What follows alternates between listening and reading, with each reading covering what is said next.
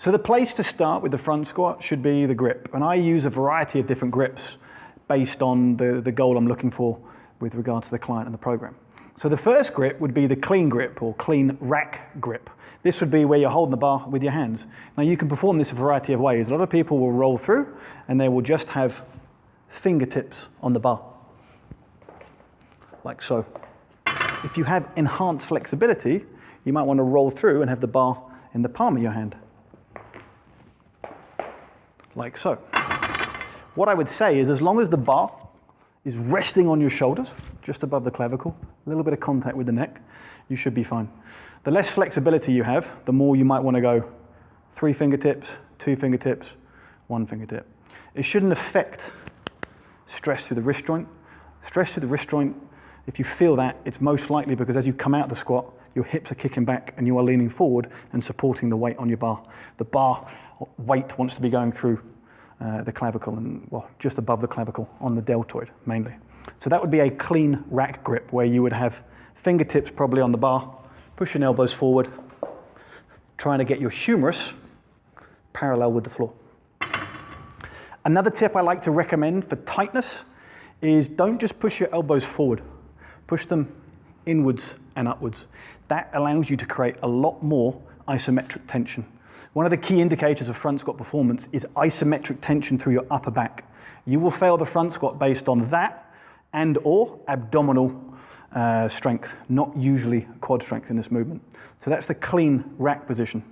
Some people either have humongous biceps or they might lack flexibility through their shoulder girdle. So one of the cheats you can use is using straps.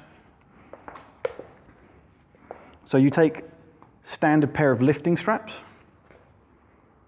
pop it over the bar and loop it through. And I would do the same on the other side.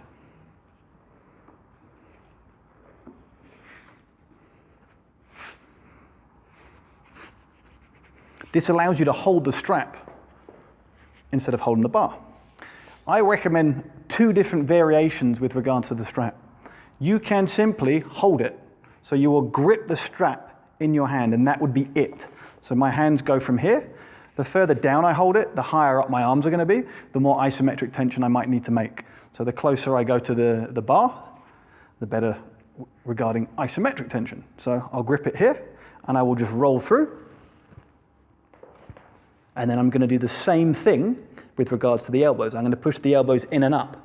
But you have to also maintain tension on the strap. So if I show you one hand, if I'm pushing my elbows in and up, but I'm loose here, you're not going to have isometric tension through the lats. We want to go here, and I also am pulling the strap on this angle with my hand.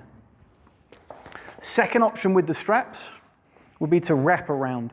Because you're wrapping the strap around, it is much easier for you to create, again, isometric tension through your upper back. So I've wrapped it around my hand, and then I roll through. Same drill, I'm pushing my elbows in and up, whilst also making sure I've got tension through my wrists. So my hand here is pushing that way as well as my elbow. I like that variation a lot because it's very specific to log push press performance. If you think about it, when the log's on your chest, your hands are in this elevated position. When you hold the straps on the front squat, you're in that elevated position. It's also a great little trick or cheat for those who don't have optimal flexibility. 2 other variations I don't use as much, but I do like, are the Frankenstein and Shaolin option. So Frankenstein would be palms down, arms straight out in front of you, and you would go there and there. Obviously, because you're not supporting the bar with your fingers or wrist or grip, technique has to be good, and there's less upper back tension. I would say that's more specific to being able to create abdominal tension and pressure and maintaining an upright torso. The Shaolin grip is a guy called Andre Vodin, Rozkovsky, and he would bring his hands and clasp them together like this.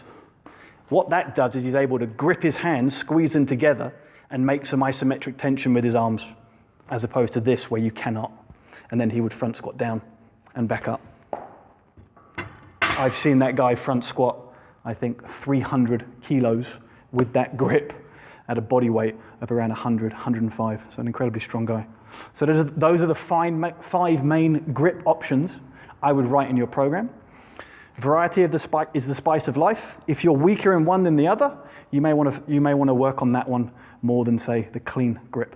So don't just use one grip. Rotate them. If you want to be strong, you need to be strong with every single grip option.